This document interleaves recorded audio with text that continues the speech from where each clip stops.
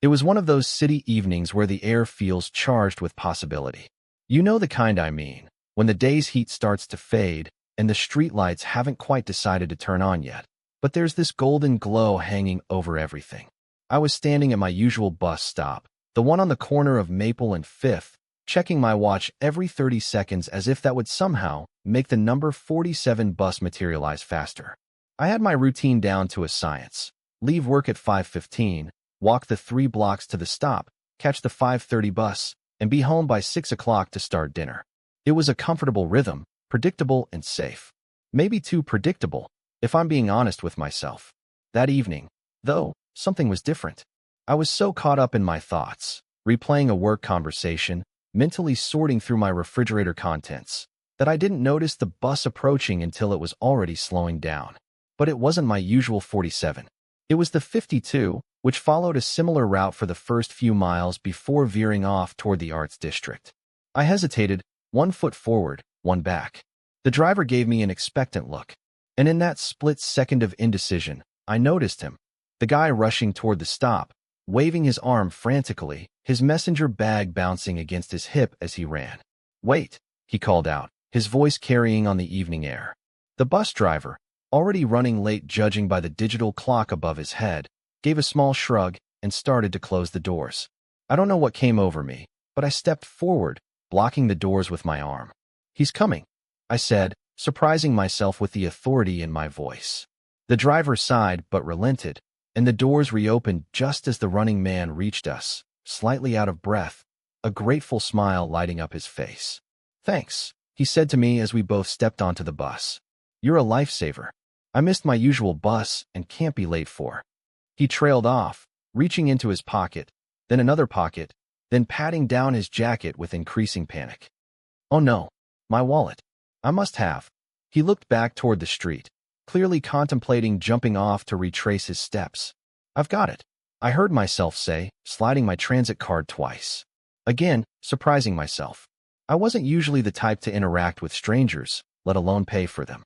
But there was something about his flustered sincerity that disarmed me. He looked at me with genuine relief. "I owe you one. Seriously." And then he smiled, really smiled, and I noticed how the last rays of sunlight coming through the bus windows caught in his eyes, making them crinkle at the corners.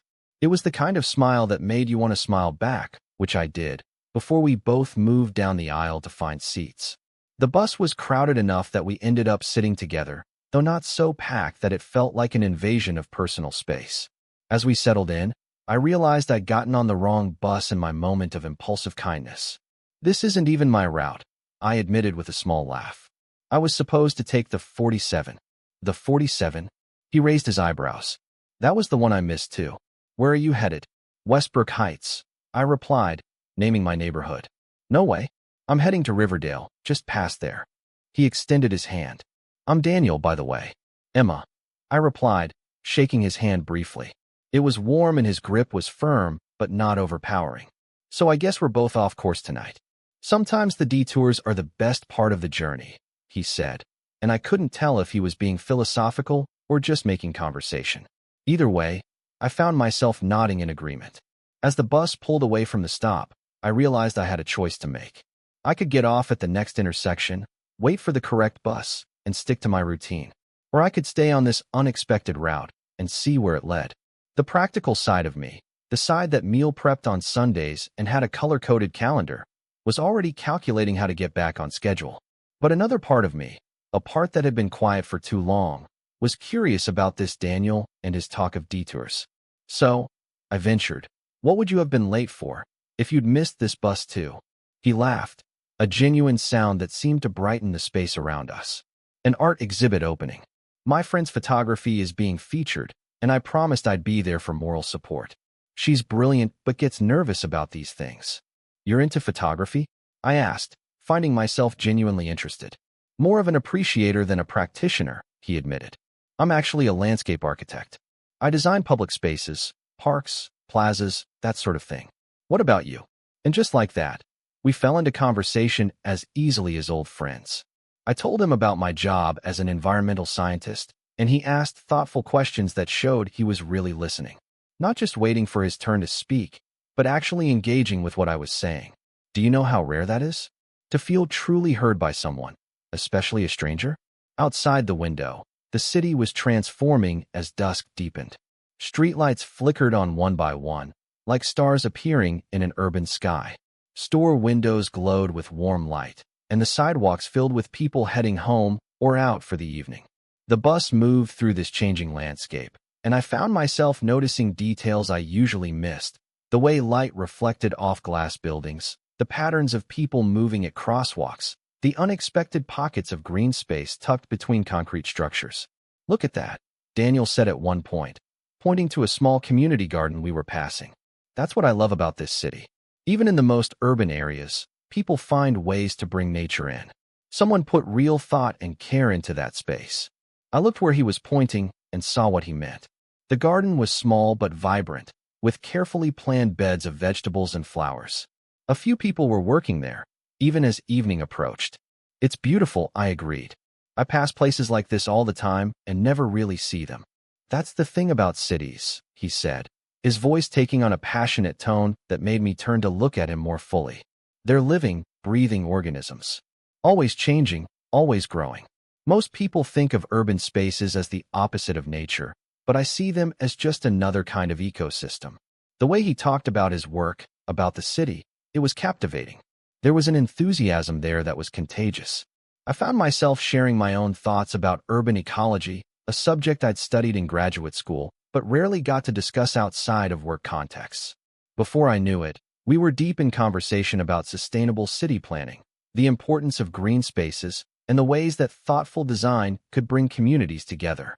"Sorry," he said after a particularly long explanation about a project he was working on. "I tend to go on about this stuff. My friends usually have to tell me to shut up eventually." "No, don't apologize," I insisted. "It's refreshing to hear someone talk about something they're passionate about. Too many people just go through the motions." He studied me for a moment, his expression thoughtful. "You don't strike me as someone who just goes through the motions, Emma." I felt a small flush of heat in my cheeks and looked out the window. "Maybe not usually," I admitted. "But lately, I've been in a bit of a routine rut. Same bus, same route, same evening schedule. Until tonight, that is." "Well, here's to breaking routines," he said, mimicking a toast with an imaginary glass. "And to missed buses that lead to new connections." I laughed and joined his invisible toast. To missed buses and new connections. The bus continued its journey, and our conversation flowed from topic to topic. We discovered a shared love of obscure documentaries, a mutual dislike of cilantro. "It tastes like soap." We both exclaimed at the same time, then laughed at the coincidence, and a common dream of visiting New Zealand someday.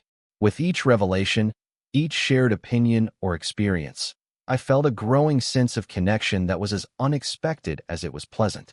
As we talked, I couldn't help but notice the way the streetlights cast a warm glow on his face each time we passed under one. There was a rhythm to it: darkness, then light, then darkness again, highlighting his expressions in flashes. The enthusiasm in his eyes when he talked about his latest project. The genuine interest when he asked about my research. The slight dimple that appeared in his left cheek when he smiled. In those intermittent moments of illumination, I found myself drawn to the authenticity of his presence. We were so engaged in conversation that we nearly missed our stop, or rather, the stop where we needed to transfer to get to our respective destinations. "Oh," I exclaimed, recognizing a landmark. "We need to get off here if we're going to catch the bus to Westbrook and Riverdale." Daniel looked out the window, seeming almost surprised that we'd traveled so far. "You're right," he said, reaching up to pull the stop request cord.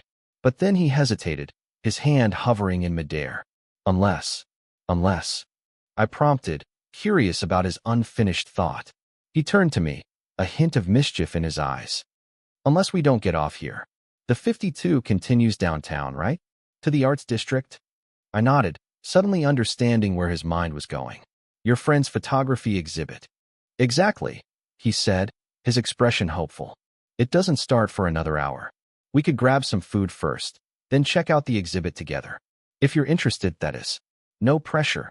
I should have hesitated. The practical Emma, the one with the routine and the meal-prepped dinner waiting at home, would have politely declined. But something about this evening, about this unexpected connection, made me want to see where it might lead. "I'd like that," I said simply. His face lit up with a smile that made my heart do a little skip. "Really? Great. I know this amazing little taco place just a few blocks from the gallery. Best street tacos in the city." And so we stayed on the bus, letting it carry us deeper into the heart of the city. As we rode, the urban landscape became more vibrant, more alive with evening energy. Neon signs glowed against the darkening sky, music spilled out from bars and restaurants, and people moved along the sidewalks with the purposeful stride of those heading toward enjoyment rather than obligation. "I can't remember the last time I came downtown on a weeknight," I admitted as we finally stepped off the bus at the Arts District stop. The air was different here, filled with the mingled scents of restaurant kitchens, the sound of distant music, and the energy of people out enjoying the evening. "Then we have to make sure it's memorable," Daniel said, gently touching my elbow to guide me through the crowd. The brief contact sent a small thrill through me, which I tried to attribute to the general excitement of the evening rather than a specific touch. The taco place was exactly as he described, a tiny hole in the wall with just a few tables, but filled with the most amazing aromas. We ordered at the counter. He insisted on paying, to return the favor for the bus fare, and found a small table by the window where we could watch the street life while we ate. "So," he said, after we'd both taken appreciative first bites of our tacos, "tell me something you've never told anyone before." I nearly choked on my food. "That's quite a request from someone I just met." I laughed. He grinned, not at all deterred. I know. But think about it. Sometimes it's easier to share certain things with a stranger than with people you see every day. Less judgment, less history, less expectation." I considered this as I took another bite, chewing thoughtfully. "You might be right about that," I conceded. "Okay, let me think." I searched for something that felt true, but not too revealing. I've never told anyone that sometimes I wish I could just start over. Move to a new city where nobody knows me. Reinvent myself completely. Daniel tilted his head, studying me. What would the new Emma be like? I smiled at the question, appreciating that he didn't dismiss the idea or try to convince me my current life was perfect. "She'd be more spontaneous," I said slowly, thinking it through. "Less worried about planning everything. More willing to take creative risks. Maybe she'd finally take those painting classes she's been thinking about for years." "Why don't you take painting classes now?" he asked gently. I shrugged. "Time, I guess. Work is demanding. And maybe a little fear. What if I'm terrible at it?" "What if you're amazing at it?" he countered. "Or what if you're terrible, but you love it anyway? Not everything has to be about being good. Sometimes it's just about the joy of doing." His words struck a chord in me. How long had it been since I'd done something purely for the joy of it, without worrying about being good or productive or efficient? "Your turn," I said, deflecting the spotlight. "Tell me something you've never told anyone." He wiped his hands on a napkin, thinking. "I'm terrified of ending up like my father," he said finally, his voice quieter than before. He had this brilliant mind, all these creative ideas, but he never did anything with them. Just kept working a job he hated because it was secure. By the time he retired, all those dreams had shriveled up. I don't want that to happen to me. The vulnerability in his admission touched me. "Is that why you became a landscape architect? To create things?" He nodded. "Partly, and partly because I believe in the power of spaces to change how people feel, how they interact. A well-designed public space can bring joy, can foster community, can make people feel seen and valued. That matters to me. It should matter to everyone," I said earnestly. "The spaces we inhabit shape us in ways we don't even realize." He looked at me with a warmth that made me feel both seen and understood. "Exactly. That's exactly it." We finished our tacos and walked the few blocks to the gallery, continuing our conversation. The night air had cooled, and the streets were alive with the energy of people enjoying the evening. As we walked, our hands brushed accidentally once, then again, until it seemed the most natural thing in the world when his fingers lightly intertwined with mine. Neither of us acknowledged it verbally, but I felt a small smile form on my lips, mirrored by one on his when I glanced his way. The gallery was a converted warehouse space, all exposed brick and polished concrete floors. Daniel's friends' photographs were stunning, black and white images of urban spaces at dawn, capturing the city in those quiet moments before it fully awakened. There was something magical about them, a stillness that felt sacred somehow. "These are incredible," I said, genuinely impressed as we moved slowly from one image to the next. She has such an eye for composition. Leah, Daniel called out suddenly, waving to a woman across the room. She made her way over to us, her face lighting up when she saw Daniel. They embraced warmly, and then he turned to introduce me. Leah, this is Emma. We, met on the bus tonight, he explained, which sounded so inadequate for the evening we'd shared. Leah raised an eyebrow, looking between us with obvious interest. The bus, huh? Well, Emma, I'm delighted you could come. What do you think of the exhibit? I'm blown away, I told her honestly. The way you capture light and shadow, especially in the Bridge series, it's like you're showing us something that's always there, but we never see. Her face lit up with genuine pleasure. That's exactly what I was trying to convey. Most people walk through these spaces without really seeing them. We chatted for a while longer before Leah was pulled away by other guests. Daniel and I continued to explore the exhibit, occasionally separating to view different photographs, but always finding our way back to each other to share our thoughts. As the evening wore on, I found myself wishing it wouldn't end. There was something magical about this night, about the unexpected turn it had taken, about him, the way he listened so intently, the way his eyes crinkled at the corners when he laughed, the way he seemed to notice and appreciate the details of the world around him. Eventually, though, the gallery began to empty, and we reluctantly made our way back outside. The night had fully settled in now, the street illuminated by a mix of storefronts, streetlights, and the occasional passing car. We should probably think about heading back, Daniel said, though he didn't sound any more enthusiastic about it than I felt. Last bus to our neighborhoods leaves in about 20 minutes. I nodded, feeling a twinge of disappointment. This has been, I searched for the right word, unexpected, in the best possible way. It has, he agreed, his eyes holding mine. I'm really glad I missed my bus tonight, Emma. I'm glad I caught the wrong one, I replied with a smile. We made our way to the bus stop, walking close enough that our arms brushed occasionally. The conversation continued, but there was a new undercurrent to it now, an awareness that our time together was coming to an end, at least for tonight.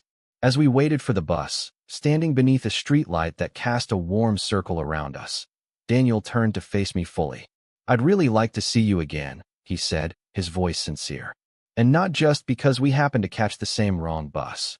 I felt a flutter of happiness in my chest. I'd like that too. He smiled, relief evident in his expression. Good. That's really good. He pulled out his phone. Can I get your number? We exchanged contact information just as our bus appeared at the end of the street. As it pulled up to the stop, the doors opening with a hydraulic hiss, I had a sudden, irrational urge to suggest we let this one go by too, to extend our evening just a little longer. But the practical side of me knew it was getting late, and we both had work tomorrow. We found seats together again, and as the bus pulled away from the curb, I felt a strange mix of emotions. Happiness at the connection we'd formed, excitement about seeing him again, and a touch of melancholy that this particular evening, with all its spontaneous magic, was drawing to a close. The ride back was quieter than our earlier journey, but it was a comfortable silence, the kind that forms between people who no longer feel the need to fill every moment with words. Occasionally, one of us would point out something interesting through the window, or share a small observation, but mostly we just existed together in the gentle rhythm of the moving bus. As we approached my stop, I felt a reluctance to leave. This is me, I said softly as I reached up to pull the stop request cord. Daniel nodded, a similar reluctance in his eyes. I'll text you tomorrow, he promised. Maybe we can plan something for the weekend? I'd like that, I said, standing as the bus slowed. Then, on impulse, I leaned down and kissed his cheek lightly. Thank you for the adventure. His smile was bright enough to rival the streetlights outside. Thank you for being adventurous. As I stepped off the bus, I turned back to wave, catching one last glimpse of his face in the window, illuminated by the interior lights. He waved back, his smile still in place, and then the bus pulled away, carrying him toward his own stop.